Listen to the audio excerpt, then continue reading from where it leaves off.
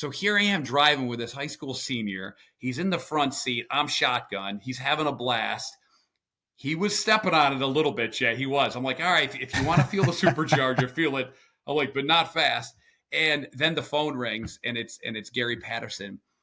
I, Gary took about 5 minutes and really gave this kid some good advice. And I could see the excitement on his face. And then we hang up, and 10 minutes go by, and then Aaron Shelby calls, and I'm like, "Do you know who this is?" We're talking to, and he's like, "Oh my gosh!" And Aaron was such, oh my gosh, he you know what he said at the end, because Paul told him that he wanted to go into racing, and he says, "Hey Mike, here's what I want you to do, Paul. When you finish your 2-year program at Stark State, I want you to call me. Mike, share his number with me. And when you're ready, I'm going to help you." And I was like, oh, wow. That is incredible, and why I'm doing it.